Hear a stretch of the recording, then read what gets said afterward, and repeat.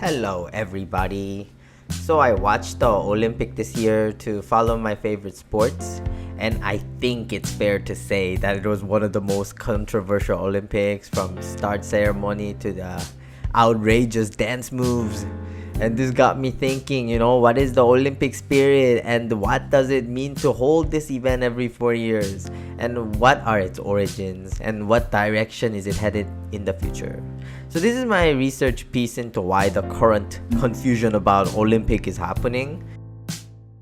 In the ancient times, Greek people lived in a cruel world, right?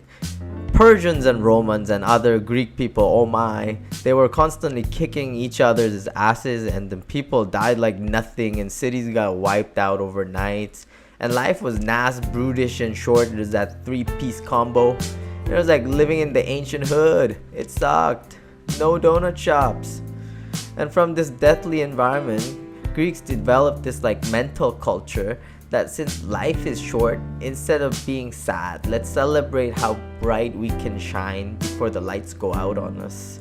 And then this Hellenistic mentality led to this creation of the Olympic Games, where Greek city-states participated in a holy god-dedicated games to display the best of humanity in front of Zeus and the gods of Olympus. It was almost like a celebration of how painful their life was and how strong they were to rise above that, It was like a display of excellence, if you will. So I saw this one Joe Rogan clip where him and his guests, they're talking about how sports is a proxy for war in many cultures. And then the ancient Greeks seem to have believed the same thing. It was, in the end of the day, you're not practicing javelin to throw sticks. You're trying to murder a guy in battle, right? You're not lifting heavy boulders just for the hell of it. It was just to chuck it down the parapet walls so you can murk somebody. And in war, there's no second place, really. Silver medal is as good as being dead. In fact, did you know that the ancient Olympics had no medals and podiums? Simply the number one winner and all the other losers. It was very clear, conspicuous competition to determine who is the best of humanity with gods as witnesses. And its result just had to be accepted no matter how bitter it was. Just like a real war. Or Fortnite. The ancient Greeks believed that the three great spirits came down to help humanity in the Olympic Games. And the first one was Agon, spirit of pain and struggle. The second was Zelos, spirit of rivalry and jealousy. And finally, the third one was Nike, the spirit of victory. And these spirits all influenced the humans to create the fires of competition, fluctuation of luck, human drama caused by it, and all of the ecstasy of victory afterwards. And out of these three spirits, Agon was the greatest of them all. In fact, the ancient Greek word for competition or conflict is agon. In fact, the English word agony comes from this word. He was the godlike personification of Olympic Games itself. He was depicted as a large muscular man carrying iron dumbbells in his hands with a serious look on his face. So, statue of Agon was in the entrance gate of Olympic grounds to remind the athletes to participate with a solemn attitude in this holy god-dedicated games. And I was surprised to learn that the English words protagonist and antagonist both come from the word agon, meaning conflict. Protagonist meaning person you see the conflict through. So player one, so to speak, right? And antagonist means person opposite to you in that competition. So there's no nuance as to who is evil and who is good. Simply the fact that they're both gamers and they're here to go at each other. So despite the brutal origins of these Olympic Games in the ancient times, the modern Olympic Games has changed to be quite different from what it once was. In fact, I believe that the modern Olympic Games is fundamentally different from its ancient predecessor. I think it is because the perception and meaning of sports changed over time to humanity. Like I mentioned before, in the olden times, sport was a preparation for war and conflict. But nowadays, sport is what you do when there's no war and conflict. And it's to have fun, and it's to have connection with other people, and to make friends. And as the niche of sport itself kind of like transitioned and evolved from a wartime activity to a peacetime activity, Olympic kind of followed suit in that, right? The modern Olympic Games was reorganized under the spirit of the Olympic Charter, and the founder Pierre de Coubertin had this to say: "The most important thing in Olympic Games is not to win, but to take part. Just as most important thing in life is not the triumph, but the struggle.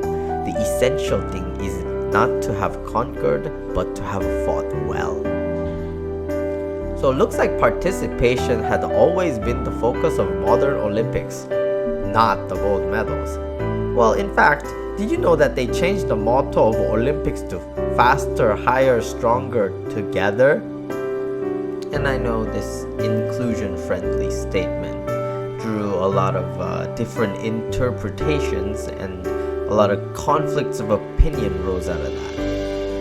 There's the one half that believes the ancient ideal of seeing humans at peak shape in the conspicuous high-level cutthroat competition to see the best of humanity, and then there's the other half that believes that the Olympics is a celebration of human spirit, global inclusion, and participating in world community.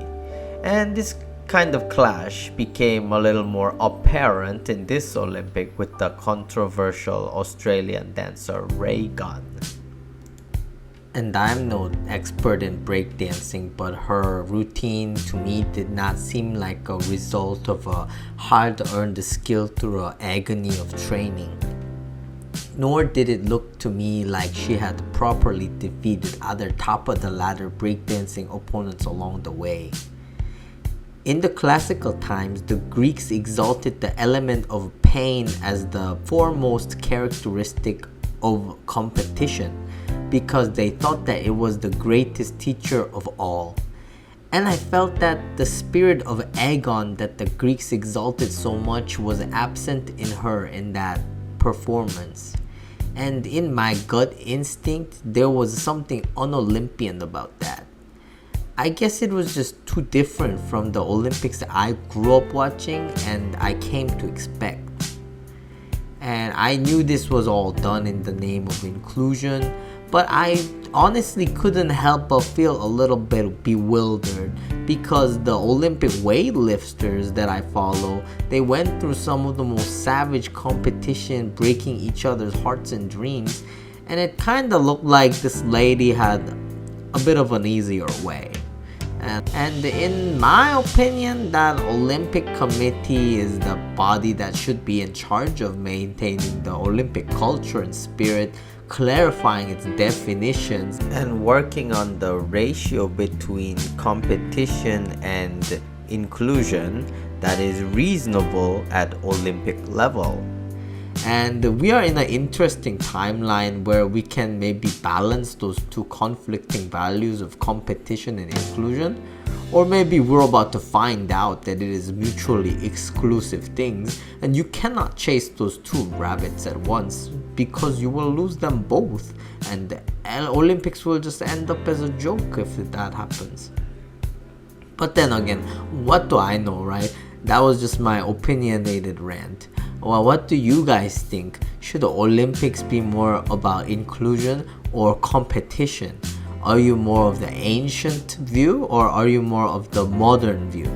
Or should it be a 50-50 mix? What do you guys think? Leave a comment about it and leave a like if you really liked the video. Thanks guys. I'll see you next time. Bye.